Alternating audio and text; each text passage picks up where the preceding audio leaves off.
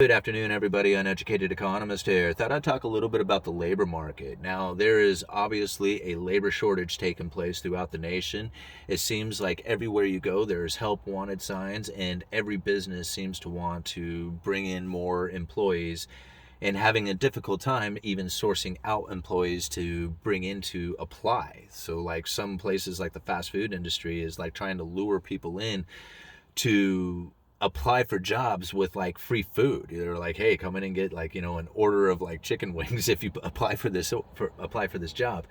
I found that to just be incredible, like the things that they are doing to try and lure applicants in.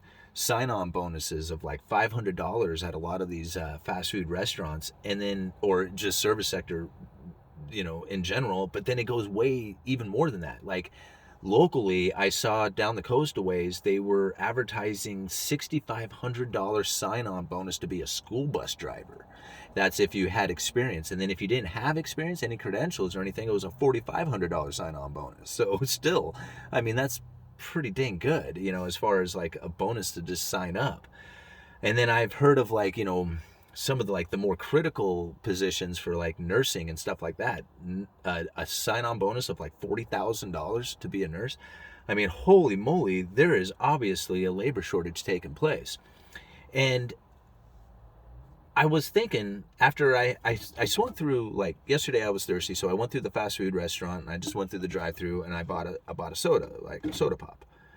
And I see on the container, on the cup, it says, "We're hiring." And I thought, holy moly, man, this is like getting serious. They have it all the way down to the wrapping of the merchandise, advertising that they're willing to hire. And now that got me thinking about something. I kind of thought about like what I was seeing there. And I thought, holy moly, they are so confident that there is going to be a continuing labor shortage that they're willing to put advertising right on the wrapper of the product.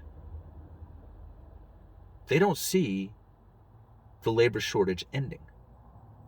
They see it continuing. And now I know that it's not just the money. It's not just amount of the pay. It's the amount of people who are able to even go out there and find the job. So I guess where I'm getting at is like it comes down to a demographics issue. Now, granted, there's probably more younger people who are working at the fast food restaurant industries than there is the older folks. But the older folks are coming into retirement age, so there's going to be more people retiring than there is coming into the labor force. So you see what's happening there? No matter what you do, no matter how much you pay, there may just simply not be enough people to fill in the positions as more people are leaving through retirement. Now, this is something that other people have talked about many times, but what I am seeing is the effects of that. Like it's happening. And when you're looking at merchandise that has right on the wrapper that they are willing to hire, you know that they are planning on this to be the situation going into the future. Like it's one thing to say, okay, we got enough people, take the sign down. But it's another thing to say, hey, we have all this merchandise that says we're hiring on it, because going into the future, you're going to have continuing issues with hiring. I mean, that's something that I'm seeing there. And that's what I think is going on, why I see we're hiring on the merchandise, is because they're planning on it being an issue going into the future. So now that got me thinking about something else, right? So this gets me thinking about like what it is that the Federal Reserve is going to do going into the future. If corporations are not able to fill their needs for hiring, then the Federal Reserve most likely will not be able to achieve their maximum employment. And if they cannot achieve the maximum employment, well, they can continue on with their easy money policy. See, now, a lot of people have said that too, that the Fed will never stop the foot on the gas from here on out.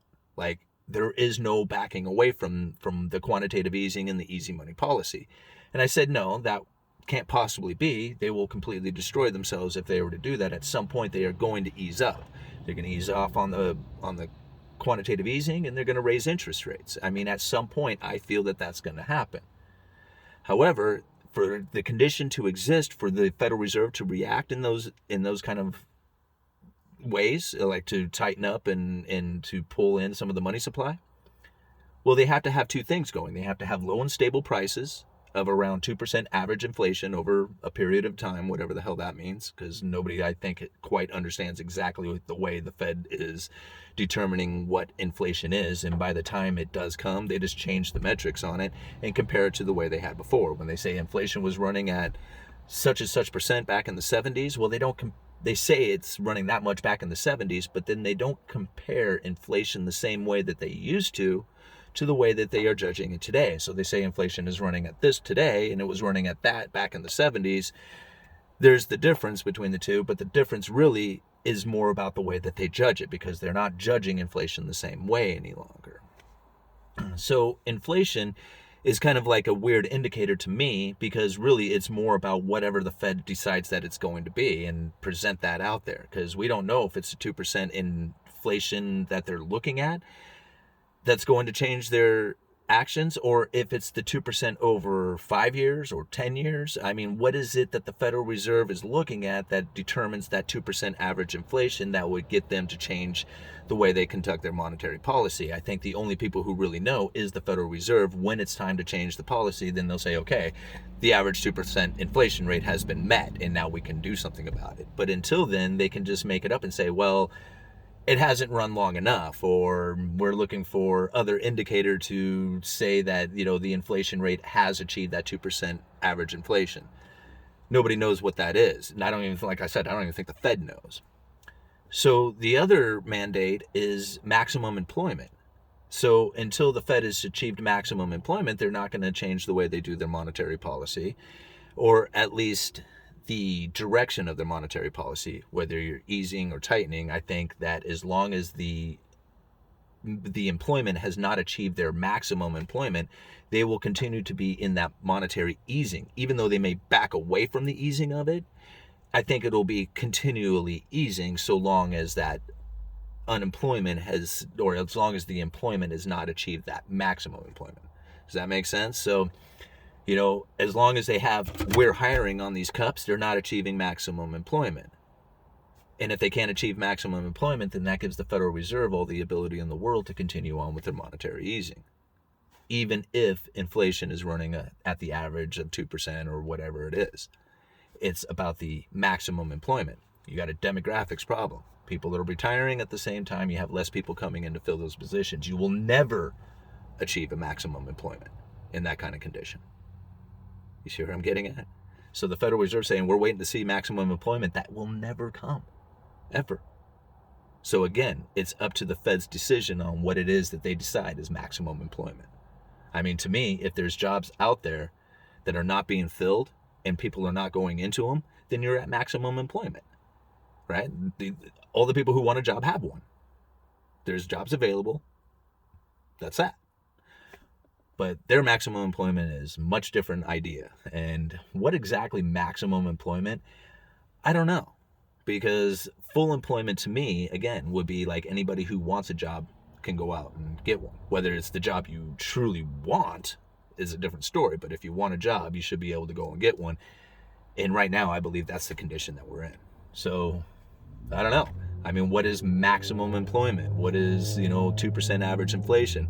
And then what is it the Federal Reserve is even going to do, considering that maximum employment may never be able to be achieved, ever. Not until a shift in demographics happens, I guess, after all the retirees pass away. Then maybe there would be a shift back into, younger generation occupying more jobs. But as far as I can tell, for a period of time, we're going to have an issue with, people retiring and leaving the workforce and not enough people to fill in that position. And as far as I can tell, we will never achieve that maximum employment. Uneducated Economist. You guys let me know.